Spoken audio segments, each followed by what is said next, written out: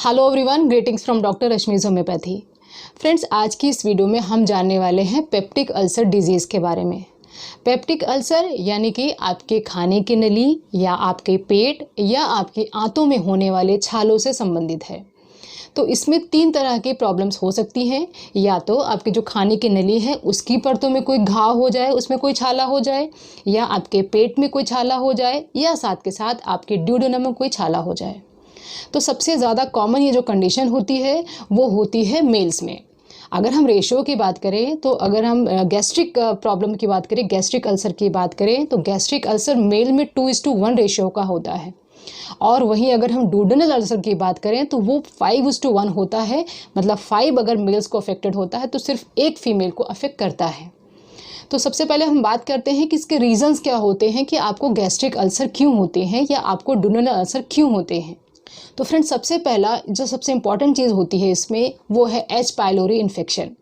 जो H pylori होता है वो एक बैक्टीरिया होता है जो आपके पेट में पाया जाता है। यूजुअली ये आपको कोई नुकसान नहीं पहुंचाता है, लेकिन कोई कोई ऐसी कंडीशन जब शरीर में पैदा हो जाती हैं तब ये बैक्टीरिया एक्टिव हो जाता है। इस बैक्टीरिया के अंदर यूरिएज नाम का एक एंजाइम होता है जो कि इसको बचा के रखने में हेल्प करता है। वो यूरियस क्या करता है, जो हमारे ब्लड में यूरिया होता है उसको चेंज कर देता है अमोनिया में और कार्बन डाइऑक्साइड में। अब वो जो अमोनिया होता है इस बैक्टीरिया के अराउंड एक क्लाउड जैसा बन जाता है और इस बैक्टीरिया को बचा के रखता है। और साथ के साथ जो कार्बन डाइऑक्साइड हो जाती है इसके कारण आपके शरीर में बहुत ज़्यादा गैस बनने लगती है। तो पहली चीज़ जो ये बैक्टीरिया आपके शरीर में करता है वो है गैस्ट्राइटिस। ज़्यादा से ज़्यादा एसिड बनाता है। लेकिन क्या होता है फ्रेंड्स कि जो एसिड बनता है ये आपके पेट में ही नहीं रह करके ज़्यादा से ज़्यादा आपके डुओडेनम यानी आपकी छोटी आंतों में भी जाने लगता है। लेकिन क्योंकि पेट में एसिड भी है और इसने अमोनिया भी बना दिया, इसलिए जो HCl की क्वालिटी है वो कम हो जाती है। तो HCl की क्वालिटी कम होने के कारण ज़्यादा से ज़्यादा वहाँ पर HCl बनने लगता है, क्योंकि फूड को डाइजेस्ट करना होता है। अब ज़्यादा से ज़्यादा ये HCl बन रहा है तो आगे चल के डुओडेनम में जा रहा है और उसके कारण डुओडेनल अल्सर भी कॉज करता है। तो एच पाइलोरी जो कि सिर्फ पाया जाता है आपके पेट में, लेकिन अल्सर कॉज कर सकता है आपके डुओडेनम, आपकी छोटी आंत में भी। तो इसमें क्या होता है कि जो सबसे पहले ये कॉज करेगा, इन्फ्लेमेशन कॉज करेगा, स्वेलिंग हो जाएगी और धीरे धीरे करके घाव हो जाएगा और घाव हो सकता है कि बढ़ भी सकता है। अब हम दूसरे रीज़न की बात करते हैं। दूसरा रीज़न है नसेट्स। नसेट्स क्या होते हैं? Non steroidal anti inflammatory drugs होते हैं। ये वही कॉमन ड्रग्स होती हैं जो आप हर बात पे, छोटी छोटी बात पे ले लेते हैं। जैसे सिर दर्द के लिए आपने पेन किलर ले लिया, आपको खांसी जुकाम है, आपको पता है कि 1 हफ्ते बाद वो प्रॉब्लम ठीक हो जाएगी, लेकिन फिर भी आप उसके लिए मेडिसिन ले लेते हैं। आप एस्पिरिन ले लेते हैं, आप बहुत तरह की ऐसी मेडिसिन ले लेते हैं जिनकी ज़रूरत भी नहीं होती है। और ये रीज़न हो सकता है आपके शरीर में अल्सर्स कॉज करने का। बात करते हैं नेक्स्ट क्या रीज़न हो सकता है। नेक्स्ट रीज़न होता है हेरिडिटरी। फैमिली में कई बार ऐसी जीन्स होती हैं जो कि गैस्ट्राइटिस के लिए आपको ज़्यादा प्रिवेलेंट कर सकती है। मतलब आपके अगर माता पिता में ये प्रॉब्लम थी तो हो सकता है कि आपको गैस्ट्राइटिस के होने की संभावना ज़्यादा होती है। इसके अलावा बढ़ती उम्र के साथ भी गैस्ट्राइटिस हो सकती है। इसके अलावा जो एक रीज़न बहुत ज़्यादा आजकल देखने को मिल रहा है वो है स्ट्रेस। बहुत सारे लोग ऐसे हैं जिनको कोई भी प्रॉब्लम नहीं है, जितनी भी अभी तक हमने कंडीशंस डिस्कस की उसमें से कुछ भी नहीं था, लेकिन सिर्फ एक स्ट्रेस एक ऐसी चीज़ है जिससे उनको गैस्ट्राइटिस हो गया। क्योंकि हमें पता है कि अगर स्ट्रेस होता है तो हमारे शरीर के सारे हार्मोन, सारे एंजाइम्स को अफेक्ट करता है, तो स्ट्रेस के कारण भी ये प्रॉब्लम होती है। इसके अलावा बहुत इंपॉर्टेंट फैक्टर आ जाता है स्मोकिंग और अल्कोहल का। क्योंकि हमने डिस्कस किया कि ये प्रॉब्लम ज़्यादातर मेल्स में होती है, तो कहीं ना कहीं स्मोकिंग और अल्कोहल जो कि ज़्यादातर मेल्स में होती है उनके अंदर ये संभावना बढ़ जाती है, जो लोग स्मोकिंग करते हैं या जो लोग अल्कोहल इंटेक लेते हैं। अब हम बात करते हैं सिम्टम्स की। क्या क्या सिम्टम्स हो सकते हैं अगर आपको डुओडेनल अल्सर है, आपको गैस्ट्रिक अल्सर है या आपको ईसोफेजियल अल्सर है। सबसे पहला सिम्टम जो पेशेंट लेकर के आता है वो बताता है कि उसको खाना खाने के बाद पेट में दर्द रहता है। और ये दर्द आपको ज़्यादातर तब होता है जब आप रात में सो रहे होते हैं, सो करके उठने आपको बीच में उठना पड़ता है, इतना दर्द होता है। और जब आप कुछ खा लेते हैं तो यू फील बेटर और फिर से आप सो जाते हैं। दूसरा इंपॉर्टेंट सिम्टम, यही जो दर्द होता है ये आपको होता है, आपकी जो नाभि होती है, नाभि से लेकर छाती के बीच का जो गैप होता है यहाँ पर उसको दर्द होता है। और इस दर्द में एक कटिंग जैसा पेन होता है, जलन जैसा दर्द होता है, जैसे लगता है कुछ काट रहा है, अंदर से कुछ खरोच रहा है, ऐसा दर्द होता है। और फ्रेंड्स, इसमें होता है कि जब आप कुछ खा लेते हैं उसके बाद आपको बहुत ज़्यादा डिस्कम्फर्ट महसूस होने लगता है, थोड़ी देर तक आप बहुत बेचैन रहते हैं। इसके अलावा इसमें ये भी देखा जाता है कि जो गैस्ट्रिक अल्सर होती है इसकी प्रॉब्लम कई बार लगातार चलती रहती है, कई बार कुछ गैप दे करके आती है। मतलब एक बार आपको तकलीफ हुई, कुछ दिन तक आपको कोई प्रॉब्लम नहीं हुई, फिर नेक्स्ट टाइम आपको प्रॉब्लम हुई। तो ये सारे कुछ सिम्टम्स हैं। लेकिन पहला सिम्टम जो आता है वो आता है खाना खाने के बाद दर्द। रात में दर्द हो सकता है कि आपको लॉस ऑफ एपेटाइट भी हो रहा हो, मतलब भूख नहीं लग रही हो, या कई बार वजन भी बढ़ और घट सकता है। अनएक्सप्लेन्ड लॉस ऑफ अगर वेट हो रहा है, रीज़न नहीं पता चल रहा है, वेट आपका लॉस हो रहा है, तभी भी कई बार गैस्ट्रिक अल्सर या डुओडेनल अल्सर हो सकते हैं। अब हम बात करते हैं कॉम्प्लिकेशंस क्या क्या हो सकती हैं अगर आपने इसका ट्रीटमेंट सही टाइम पे नहीं लिया। पहला कॉम्प्लिकेशन जो हो सकता है, क्योंकि मैंने बताया कि अल्सर आपके पेट की सतह को डिस्टर्ब करता है, तो अगर अल्सर और डीप होते चले गए तो परफोरेशन कॉज कर सकते हैं, मतलब उसमें होल हो जाएगा, छेद हो जाएगा। इसके अलावा इसमें कैंसर कॉज कर सकता है, कैंसर के लिए प्रिवेलेंट हो सकता है। मतलब हमें पता ही है कि अगर कोई भी प्रॉब्लम लगातार इरिटेशन हो रही है, कोई घाव है, लगातार उस पर चोट लग रही है, HCl लगातार उसके ऊपर अटैक कर रहा है, तो काफ़ी चांसेस इस बात के बन जाते हैं कि कभी ये कैंसर में चेंज हो सकता है।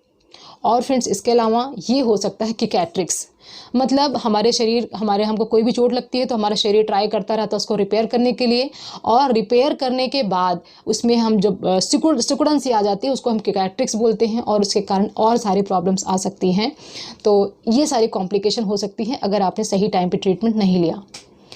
अब हम बात करते हैं कि क्या क्या इन्वेस्टिगेशन यूजुअली कराई जाती हैं गैस्ट्राइटिस के केसेस में या गैस्ट्रिक अल्सर के केसेस में। पहली चीज़ तो ये है कि पेशेंट आके जब हमें साइन एंड सिम्टम्स बताता है कि ऐसे ऐसे दर्द होता है, रात में तेज़ दर्द हो जाता है, खाने के बाद आराम मिल जाता है, तो ये सारे सिम्टम्स लेकर के कई हमें आइडिया लग जाता है कि कहीं ना कहीं अल्सर्स की प्रॉब्लम हो रही है, स्पेशली डुओडेनल अल्सर की बात हो रही है। इसके अलावा ब्लड टेस्ट होते हैं जिससे हमें पता चलता है कि ब्लड में कोई इन्फेक्शन है। इसके अलावा इसमें होता है यूरिया ब्रेथ टेस्ट। तो फ्रेंड्स इसमें पेशेंट को एक स्पेशल काइंड ऑफ थिंग दिया जाता है, और उसके बाद जब उसकी सांस को चेक किया जाता है तो उसकी सांस में अगर कार्बन डाइऑक्साइड की मात्रा बहुत ज़्यादा होती है तो ये पता चलता है कि शरीर के अंदर H. पाइलोरी एक्टिव है और वो बहुत ज़्यादा गैस प्रोड्यूस कर रहा है। तो अगर CO2 की मात्रा ज़्यादा होती है तो पता चल जाता है कि H. पाइलोरी का इन्फेक्शन हो चुका है। इसके अलावा एंडोस्कोपी की जा सकती है। एंडोस्कोपी में एक पतली सी ट्यूब होती है जो आपके माउथ के थ्रू या आपके नोज़ के थ्रू डाला जाता है और चेक किया जाता है कि अंदर कोई अल्सर, कोई घाव, कोई इन्फ्लेमेशन तो नहीं है। और इसके अलावा फ्रेंड्स बायोप्सी भी की जा सकती है। अगर चीज़ों को बिल्कुल सर्टेनिटी से पता करना तो वहाँ से एक पीस निकाल करके उसकी चेकिंग की जाती है, साइटोलॉजी की जाती है, और उसको बायोप्सी बोलते हैं, तो बायोप्सी से भी पता किया जा सकता है। तो ये कुछ इन्वेस्टिगेशंस थे। अब हम बात करते हैं डिफरेंसेस की। क्या क्या डिफरेंसेस होते हैं कि आपको डुओडेनल अल्सर है कि आपको गैस्ट्रिक अल्सर है। तो फ्रेंड्स गैस्ट्रिक अल्सर में क्या होता है कि क्योंकि HCl बहुत मात्रा में प्रोड्यूस हो रही है, लेकिन साथ के साथ उसको जो अमोनिया है वो उसको न्यूट्रलाइज भी कर दे रही है, तो जो गैस्ट्रिक अल्सर होता है उसमें आपकी जो HCl की क्वांटिटी होती है वो कम रहती है। और डुओडेनल अल्सर में क्या होता है, जो एसिड बन रहा है वो ज़्यादातर डुओडेनम की तरफ लोड बन करके चला जा रहा है, तो डुओडेनल अल्सर में आपको गैस्ट्रिक एसिड ज़्यादा बढ़े हुए होते हैं। जो डुओडेनल अल्सर का पेन होता है वो रात में ज़्यादा होता है। आप खाना खा के सो जाते हैं, जब वो खाना पच जाता है तब आपको फिर से खाने खाने का मन होता है या पेन स्टार्ट होता है, और आप खाते हैं तो आपको आराम मिलता है। ये साइन होता है डुओडेनल अल्सर का। गैस्ट्रिक अल्सर में क्या होगा, जब आप खाना खाएंगे तो खाना खाने के बाद आपको पेन बढ़ सकता है, या कई बार कोई रिलीफ नहीं मिलता है और आपको वॉमिटिंग जैसा फील हो सकता है। डुओडेनल अल्सर में जो आप स्टूल पास करते हैं, अगर आपका अल्सर काफ़ी पुराना है, उसमें ब्लीडिंग हो रही है, तो स्टूल्स काफ़ी ज़्यादा ब्लैकिश कलर के, ब्लड वाले या टैरी कलर के होते हैं। और जो आपका गैस्ट्रिक अल्सर है उसमें आपको वॉमिटिंग के साथ ब्लड आ सकता है। जो डुओडेनल अल्सर है उसमें पेशेंट बार बार खाना खाएगा क्योंकि उसको खाना खा के आराम मिलता है।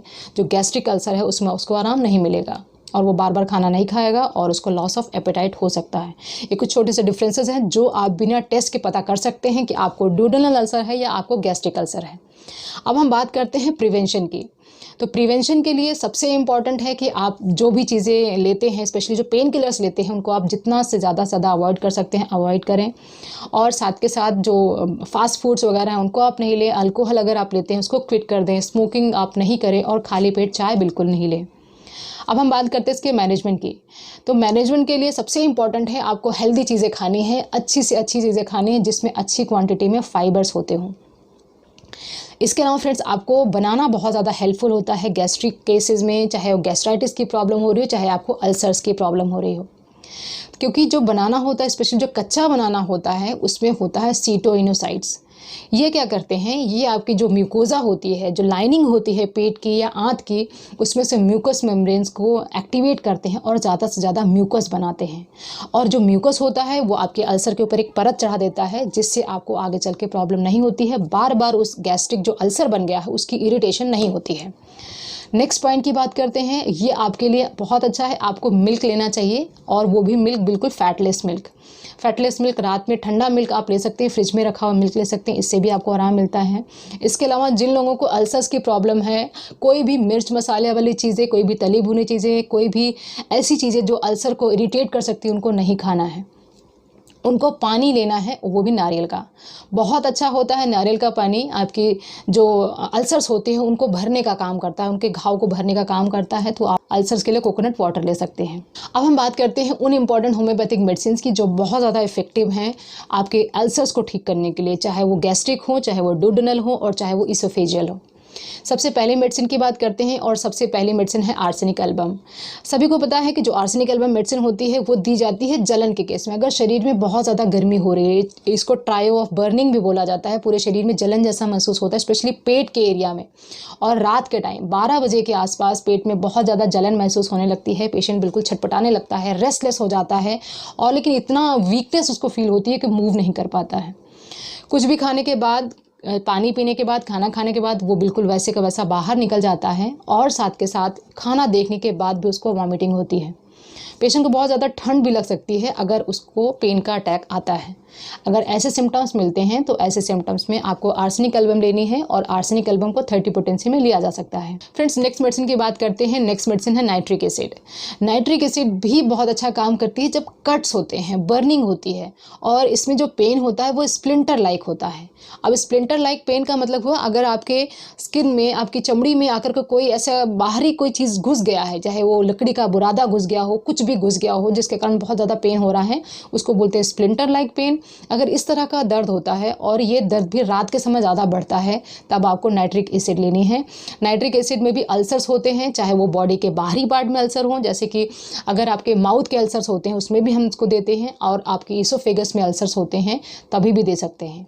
तो इसलिए हम नाइट्रिक एसिड को भी हम 30 पोटेंसी में ले सकते हैं अगर आपको गैस्ट्रिक अल्सर, डुओडेनल अल्सर या इसोफेजियल अल्सर्स हो रहे हैं। नेक्स्ट मेडिसिन की बात करते हैं, तो नेक्स्ट मेडिसिन है पेप्सिनम। पेप्सिनम एक नई मेडिसिन है जो कि बनाई जाती है पेट से ही निकलने वाले एक सिक्रीशन पेप्सिन से। इस पेप्सिन को पोटेंटाइज करके पेप्सिनम बनाई जाती है, जो कि पेट की हर समस्या के लिए बहुत अच्छी मेडिसिन है। तो अगर आपको गैस्ट्रिक अल्सर की प्रॉब्लम हो रही है तब आप पेप्सिनम को भी ले सकते हैं। पेप्सिनम को 3x पोटेंसी में लिया जा सकता है। फ्रेंड्स, नेक्स्ट मेडिसिन की बात करते हैं, तो नेक्स्ट मेडिसिन है बिस्मथ। बिस्मथ एक ऐसी मेडिसिन है जिसको दिया जाता है अगर आपके पेट में बहुत ज़्यादा गर्मी हो रही है, बहुत ज़्यादा आप हॉट पेशेंट हैं, आपको गर्मी बहुत ज़्यादा लगती है, आपने कुछ भी खाया तो पानी तो बाहर ही निकल जाएगा तुरंत को तुरंत, लेकिन फूड बचा रहता है। आर्सेनिक एल्बम में मैंने बताया था खाना और पानी साथ में बाहर निकल जाता है, इसमें पानी की ही वॉमिटिंग होती रहती है, और पेशेंट बताता है कि मुझे बस एक जगह पे बहुत दर्द रहता है, हमेशा एक जगह पे ही इसका दर्द फिक्स रहता है। तो उन केसेस में हम बिस्मथ दे सकते हैं। बिस्मथ को भी आपको 30 पोटेंसी में ही लेना है। फ्रेंड्स, नेक्स्ट मेडिसिन की बात करते हैं, और नेक्स्ट मेडिसिन है ऑर्निथोगैलम। ये मेडिसिन लिया जाएगा अगर आपको शरीर में किसी भी तरह के अल्सर है। आपको ये नहीं देखना है कि आपको किस पार्ट का अल्सर है, चाहे आपको ड्यूडेनल अल्सर है, चाहे आपको गैस्ट्रिक अल्सर है, हर तरह के केसेस में ये बहुत अच्छा काम करती है। इसमें आपको जो बेल्चिंग होती है, बहुत ज़्यादा डकारें आती है, बहुत ज़्यादा फ्लेटस पास होता है, जो कि बहुत ज़्यादा ऑफेंसिव होता है। तो ये स्पेसिफिक मेडिसिन है जो आप अल्सर के केसेस में ले सकते हैं। इसको भी आपको 30 पोटेंसी में ही लेना है। अब हम बात करते हैं एक स्पेशल मदर टिंचर कॉम्बिनेशन की जो आप अल्सर्स के केसेस में ले सकते हैं, और वो है हाइड्रेस्टिस का मदर टिंचर और जिंजिबर का मदर टिंचर। इन दोनों मेडिसिन के 10-10 बूंदों को थोड़े से पानी में मिलाकर आपको दिन में 2 बार लेना है। साथ में एक और मेडिसिन आप ऐड कर सकते हैं अगर आपको ब्लीडिंग की शिकायत हो रही है, अगर आपके स्टूल्स में ब्लड जाता है ड्यू टू अल्सर, तब आप जेरेनियम मैकुलेटम भी ऐड कर सकते हैं। That is very much optional.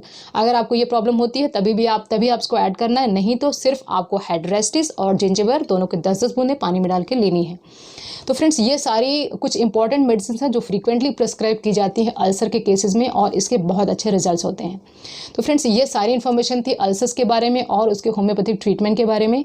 तो फ्रेंड्स, अगर आप अपनी बीमारी से रिलेटेड किसी भी बात पर मुझसे सलाह लेना चाहते हैं तो कॉल मी फॉर ऐप पे बात कर सकते हैं, जिसकी बाकी की डिटेल डिस्क्रिप्शन में दी हुई हैं, या आप मेरे साथ अपॉइंटमेंट बुक करना चाहते हैं तो क्लिनिक के व्हाट्सएप नंबर 7017991940 पर व्हाट्सएप करके अपना अपॉइंटमेंट बुक कर सकते हैं। तो फ्रेंड्स, अगर आपको इन्फॉर्मेशन जो मैंने आपके साथ शेयर की आपको पसंद आई हो तो वीडियो को लाइक ज़रूर करें, अपने फ्रेंड्स और फैमिली के साथ भी शेयर करें।